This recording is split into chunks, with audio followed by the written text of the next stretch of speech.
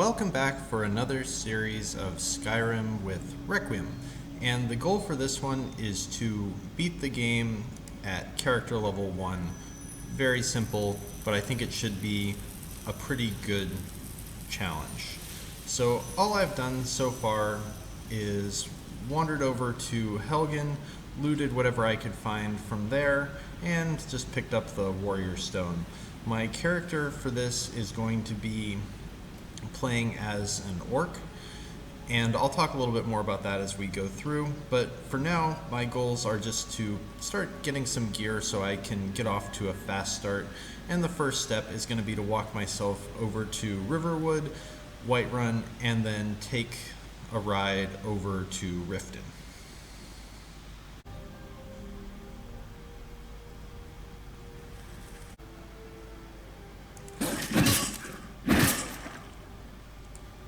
I'm pretty happy to run into these wolves on the path over to Whiterun because I'm going to need the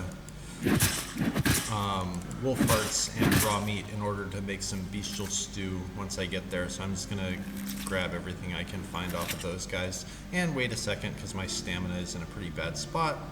Then just continue pushing on my way. And you might notice I'm using the Stormcloak cuirass that I found out of the loot you can pick up in Helgen, and the reason being that it's relatively heavy for light armor. I'm using light armor because I don't intend to put any perks into my armor trees. That's all going to offensive skills, and the Stormcloak cuirass is the best for a combination of ranged and slash resistance, which are the attacks you really need to be the most worried about as you're going through the early game. Anyway, now I'm almost inside of Whiterun, and I'll just have a few little tasks to take care of while I'm there. And just to save myself some time, I'm gonna skip going into town and just ride straight over to Riften. Need a ride? Where do you want to go? My first objective in Riften is to enter the Thieves Guild area.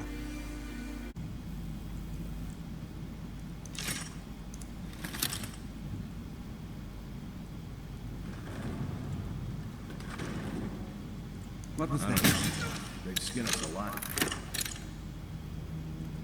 They knew we were doing this. Not so fast.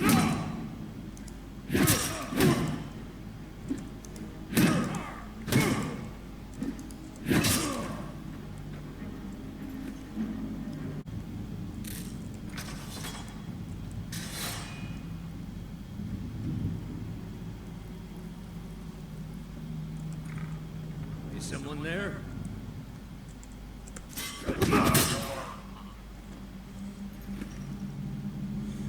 And Gion's Ring of Rejuvenation is actually an excellent find, and I intend to be using that basically through the entirety of the game. Someone there?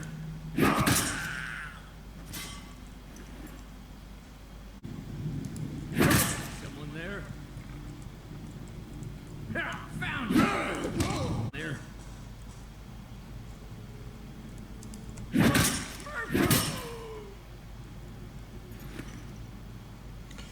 And this ring is actually so important that I respawned the zone a couple of times until I got one with a higher roll. And it can be 20, 30, 40, or in this case, I'd actually never seen a 50% Ring of Renewal off Gion before, but I'm just going to count my blessings and basically be using that ring throughout a very, very large portion of this run.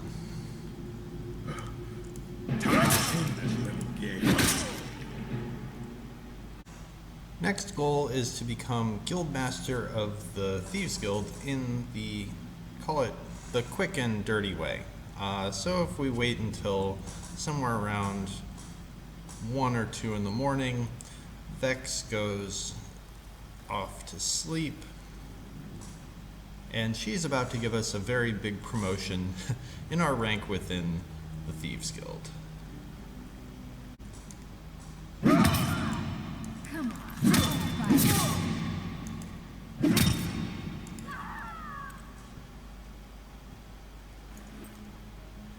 And that gets us the Guildmaster's gear, which is pretty excellent at any level. Very nice damage bonus from the gloves, very nice stamina bonus from the boots, and we'll be looking for something better than the armor eventually, but it'll do for now. Here you go. Tell Half-Yord that she can chip off whatever she thinks is a fair trade for their time. So I pick up the ore sample for the fetch quest because it gives some potions as a reward, which is, a little bit useful. But more importantly, I want to be over at Shorestone anyways to find some useful items near Fort Greenwall. And the important thing is just to not aggro the guys who are actually in the fort proper, because that's a little bit more of a fight than I really want right now. And just find the entrance over to the cave. And that's located just over off to the side. If that's the fort, kind of over here to get into the cave entrance. It's not marked on the map, but pretty easy to find.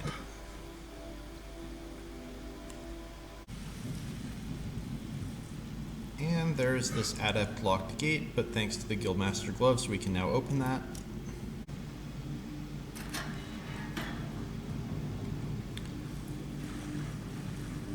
And look underneath the bucket,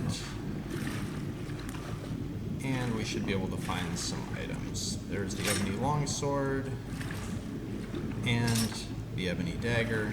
We are not going into the fort. Let's just run back out of the cave and head on back to Riften.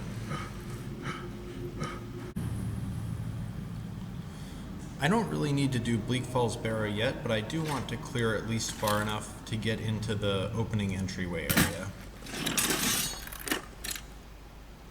And I've put the Stormcloak cuirass on instead of the Guildmaster armor, just because it gives a little bit better resistance than against arrows than the Guildmaster armor does. And as you can see, the arrows still hurt pretty badly, but at least they don't kill me in one shot.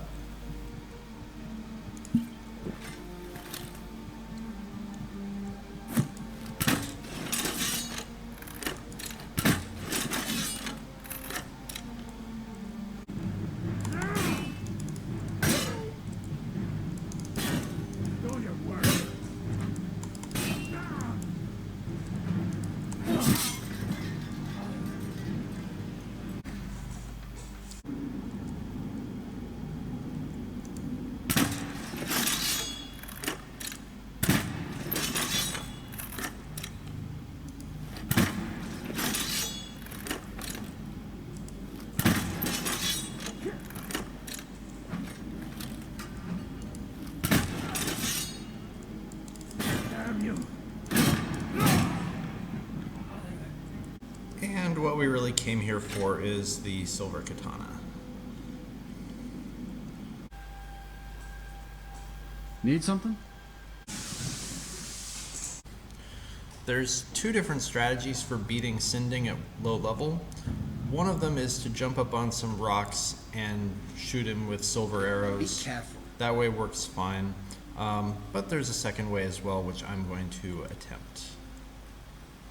If you spare me. I know now that I can't live alone. Thank the gods. Now let's do. Never thought I'd see you again.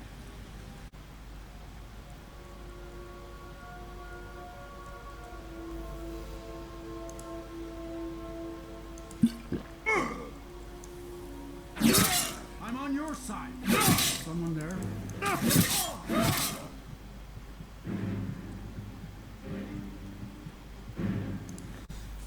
And with a little help of skooma, that was pretty easy. We've now got pretty much the best light armor setup available in the game, except for a helmet. That'll have to wait for a little bit. And we've got a pretty good selection of weapons with an ebony sword and a silver katana. So I think that puts me in a pretty good spot to go and join the companions and then do Bleak Falls Barrow. So thank you for watching. Hit subscribe if you'd like to see the series as it continues, and I hope to see you in the next one.